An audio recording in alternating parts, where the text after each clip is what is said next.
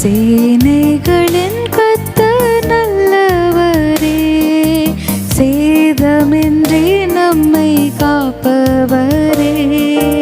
சேனைகளின் கர்த்தர் நல்லவரே, சேதமின்றி நம்மை காப்பவரே. சோர்ந்திடும் நேரங்கள் தேற்றிடும் வாக்குகள் சோதனை வென்றிட தந்தருள்வார். சோர்ந்திடும் நேரங்கள் தேற்றிடும் வாக்குகள் சோதனை வென்றிட தந்தருள்வார். எக்காலத்தும் நம்பிடுவோம் திக்கற்ற மக்களின் மறைவிடம். பக்கபலம் பாதுகாப்பும் இக்கட்டில் இயேசுவே அடைக்கலம். பக்கபலம் பாதுகாப்பும் இக்கட்டில் இயேசுவே அடைக்கலம்.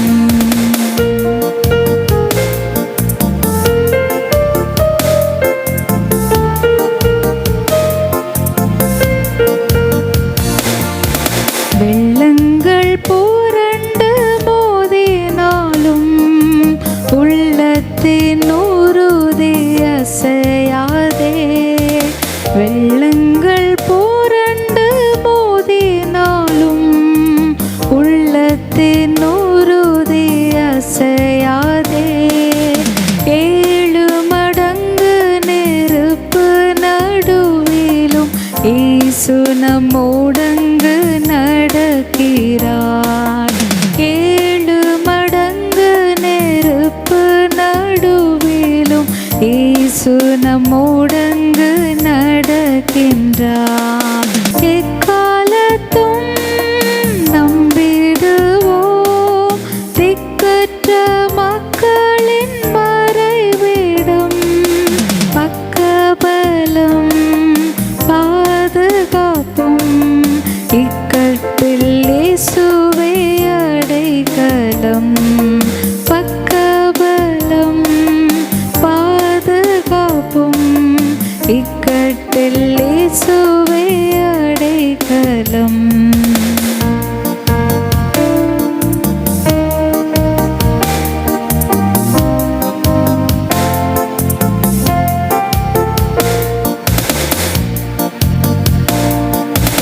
இயேசு நம் யுத்தங்கள் நடத்துவார், ஏற்றிடுவோம் என்றும் ஜெய கொடி. இயேசு நம் யுத்தங்கள் நடத்துவார், ஏற்றிடுவோம் என்றும் ஜெய கொடி.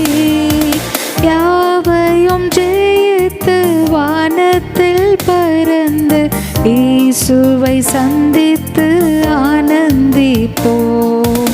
யாவையும் ஜெயித்து வானத்தில் பறந்து இயேசுவை சந்தித்து ஆனந்திப்போம். எக்காலத்தும் நம்பிடுவோம் திக்கற்ற மக்களின் மறைவிடம்.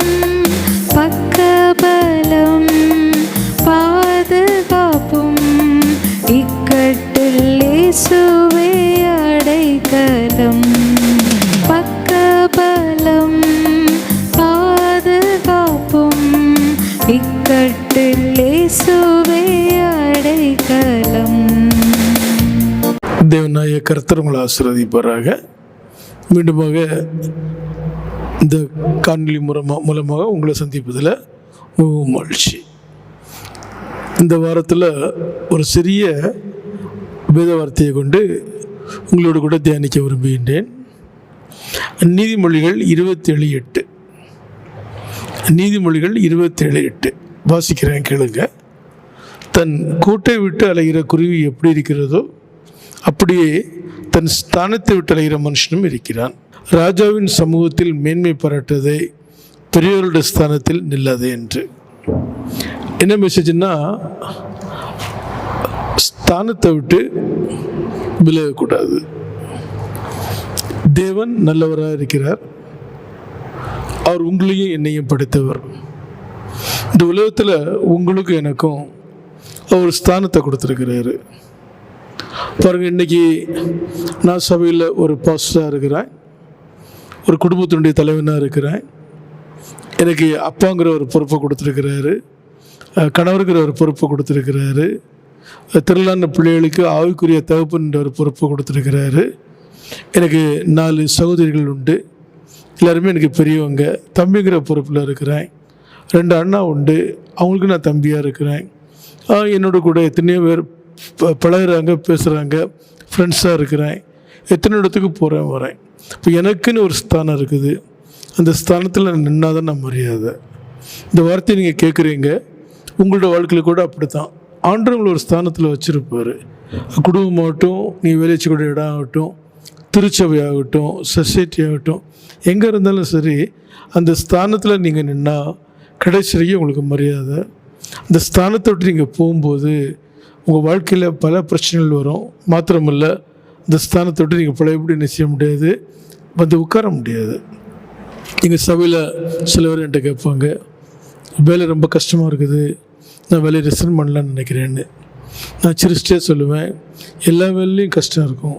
ஓகே, உங்களுக்கு இந்த வேலை செட் ஆகாமல் இருந்தால் இன்னொரு இடத்துல நீங்கள் என்ன செய்யுங்க, நல்ல ஒரு வேலையை ஸ்டாண்ட் பண்ணிக்கிட்டு அப்புறம் நீங்கள் இந்த வேலையை ரிசைன் பண்ணுங்க. இந்த இடத்த விட்டு நீங்கள் போயிட்டீங்கன்னா மறுபடியும் ஒரு வேலை கிடைக்காவிட்டால் உங்களுக்கு ரிசைன் பண்ண இடத்துலையும் வர முடியாது, புது இடத்துலையும் போய் ஜாயின் பண்ண முடியாது. என்னவா இருந்தாலும் சரி, திருமுறை என்ன சொல்லுதுன்னு சொன்னால், கூட்டை விட்டு அலைகிற குருவி எப்படி இருக்கிறதோ அப்படியே தன் ஸ்தானத்தை விட்டு அலைகிற மனுஷனும் இருக்கிறான். பாருங்கள், வேதத்தில் ஒரு சில உதாரணம் உண்டு. உங்களுக்கு தெரியும், லூசிபர். அவன் தன்னுடைய ஸ்தானத்தை விட்டு என்ன செஞ்சான்னா விலகிட்டான். தேவனாய கர்த்தர் இந்த உலகத்தை படைக்கும்போது படைக்கப்பட்ட ஏஞ்சல்ஸில் ஒருத்தன் தான் யார்? இந்த லூசிபர். ஒப்பில்லாத வல்லமையுள்ள நிகரற்ற அந்த தேவனுக்கு ஈடாக தான் வர வேண்டும் என்று விரும்பினா, அவருடைய இடத்தை தான் விரும்பினா. ஆகவே தன்னுடைய ஸ்தானத்தை விட்டு அவன் பூமியில் தள்ளப்பட்டான் என்று வேதத்தில் தெளிவாக எழுதப்பட்டிருக்கிறது. இதை குறித்து நீங்கள் வாசிக்கிறீங்கன்னா, ஏசாயா தீர்க்கதரிசன புத்தகம் 14ஆம் அதிகாரம் 12லிருந்து 15 வரைக்கும் இந்த காரியத்தை குறித்து தெளிவாக எழுதப்பட்டிருக்குது. அப்போஸ்தலர் 12ஆம் அதிகாரத்தில் 21லிருந்து 23 வரைக்கும் ஒரு ராஜாவை பார்க்குறோம், ஈரோது ராஜா. அவர் ஒரு ராஜா.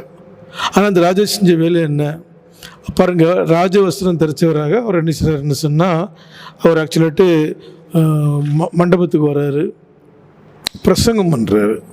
தேவனுடைய வார்த்தையை பிரசங்கம் பண்ண வேண்டியது ஆசாரியர்கள். ஆனால் இவர் போய் ஆசாரியர்களுடைய ஸ்தானத்தை தான் எடுத்துக்கொண்டு அந்த இடத்துல பிரசங்கம் பண்ணபடினால தேவதூதனுக்கு கோபம் வந்துடுச்சு. தேவதூதன் அந்த ராஜாவை அடித்தான், அவன் புழுத்து செத்தான் என்று வேதத்தில் எழுதப்பட்டிருக்குது. அப்போ ஒரு ஊழியக்காரர் இருக்கிறாருன்னா, ஒரு தேவனுடைய ஸ்தானாதிபதி இருக்கிறாருன்னா, அவருடைய ஸ்தானத்தில் நீங்கள் வர்றதுக்கு ஆசைப்படக்கூடாது. உங்கள் ஸ்தானத்தில் அவரால் வர முடியாது. உங்கள் ஸ்தானம் உங்களுக்கு தான், அவருடைய ஸ்தானம் அவருக்கு தான். நல்லா நீங்கள் புரிஞ்சுக்கோங்க. அதுபோல் உபாகமம் 12:5 எழுதப்பட்டிருக்குது, உங்கள் தேவனாய கர்த்தர் தம்முடைய நாமம் விளங்கும்படி தெரிந்து கொள்ளும் ஸ்தானமாகிய அவருடைய வாசத்தையே நாடி அங்கே போய் கர்த்தர் உங்களை ஆசீர்வதித்த யாவுக்கும் நீங்களும் உங்கள் குடும்பத்தாரும் சந்தோஷப்படுவீர்களாக. அது உபாகமம் 12:13 எழுதப்பட்டிருக்குது. 6:12 எழுதப்பட்டிருக்குது, கண்ட இடமெல்லாம் நீ உன் சர்வாங்க தானியம் செலுத்தபடிக்கு எச்சரிக்கையாரு. நீங்கள் அநேக கிறிஸ்டின்ஸ் வாழ்க்கையில் ஏன் பிரச்சனை வருது தெரியுமா? தேவன் அவங்களுக்குன்னு ஒரு சபையை கொடுத்துருப்பாரு, சத்தியம் நிறைஞ்ச ஒரு அருமையான ஆலயத்தை கொடுத்துருப்பாரு. அவங்க அங்கே உட்கார மாட்டாங்க, ஊர் ஃபுல்லாக சுற்றுவாங்க, கண்ட போதத்தையும் கேட்பாங்க, கண்ட ஊழியர்கிட்ட போய் கவுன்சிலிங் கேட்பாங்க. அது மகா தவறு. ஆண்டவர் உனக்குன்னு ஒரு ஆலயத்தை வச்சுருக்கிறாரு, உனக்குன்னு ஒரு போதகரை வச்சுருக்கிறாருன்னு. உங்கள் சபையில் எத்தனையோ அருமையான மூப்பொருள் இருப்பாங்க, அபிஷேகிக்கப்பட்ட ஜனங்கள் இருப்பாங்க. அப்போ நீங்கள் அங்கே விட்டு வெளியில் போகும்போது உங்களுக்கு பிரச்சனை வருது. சொல்கிறது. நான் வசனமே தெளிவாக சொல்லுது, கண்ட இடங்களிலெல்லாம் முன் சர்வாங்க பலியை செலுத்தாதபடிக்கு எச்சரிக்கையார். அதுபோல் பாருங்க, 1 சாமுவேல் 3ஆம் அதிகாரத்தில் எழுதப்பட்டிருக்குது, ஏலி அவருடைய ஸ்தானத்தில் இருந்தார், சாமுவேல் அவருடைய ஸ்தானத்தில் இருந்தார். அவங்க ஸ்தானத்தை ஒத்து மாறலை. ஆனபடினால தான் தேவன் ஆக்சுவலாட்டு ஏலி அந்த ஊழியத்தில் ஆசிரியராக கண்ணி செய்வதையும், அதுபோல் சாமுவேல் தேவனுக்கும் மனுஷனுக்கும் பிரியமாக நடந்து கொள்வதற்கும் அவனை என்ன செஞ்சார்னா இடமளித்தாண்டு வேதத்தில் எழுதப்பட்டிருக்குது. உங்களுடைய வாழ்க்கையில் நீங்கள் எந்த சூழ்நிலை இருந்தாலும் சரி, உங்களுக்கு ஆண்டவர் எந்த ஸ்தானத்தை கொடுத்துருக்கிறாரோ அந்த ஸ்தானத்தில் நில்லுங்க. நீங்கள் ஸ்தானத்தை விட்டு நீங்கள் மாறும்போது தான் உங்களுக்கு பலவையான பிரச்சனைகள் வருது. குடும்பத்தில் ஒரு தலைவராக இருந்தால் அந்த ஸ்தானத்தில் கரெக்டாக இருங்க. பிள்ளைகளுக்கு அப்பாவா அந்த ஸ்தானத்தில் செய்ய வேண்டிய கடமையை கரெக்டாக செய்யுங்க. ஆலயத்தில் ஒரு உதவிக்காரராக அந்த வேலை சரியாக இருங்க. சமுதாயத்தில் ஒரு வேலை பார்க்குறீங்களா, அந்த வேலை சரியாக இருங்க. எல்லாவற்றுக்கும் மேலாக தேவனோடு கூட உங்களோட உறவில் சரியாக இருங்க. உங்கள் ஸ்தானத்தை நீங்கள் விட்டுறவே கூடாது.